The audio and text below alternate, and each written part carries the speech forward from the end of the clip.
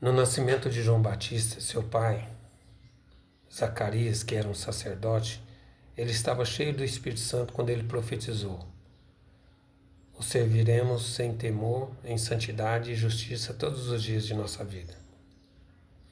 Então, após João Batista ter testemunhado sobre Jesus lá no Rio Jordão, que ele era o Filho de Deus, ele deveria ter servido Jesus como um discípulo pelo resto de sua vida.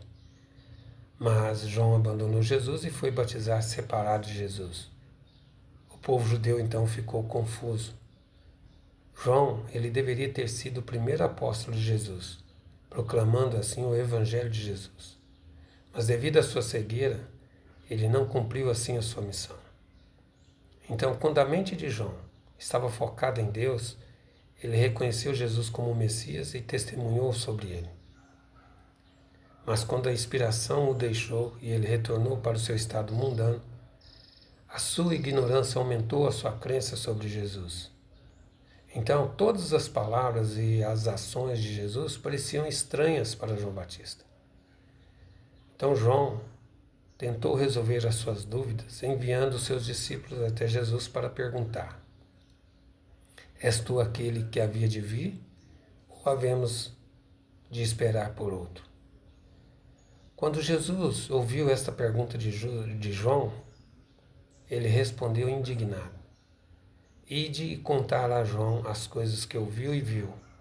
Os cegos veem, e os coxos andam, os leprosos são purificados, e os surdos ouvem, os mortos são ressuscitados, e os pobres são anunciados o Evangelho.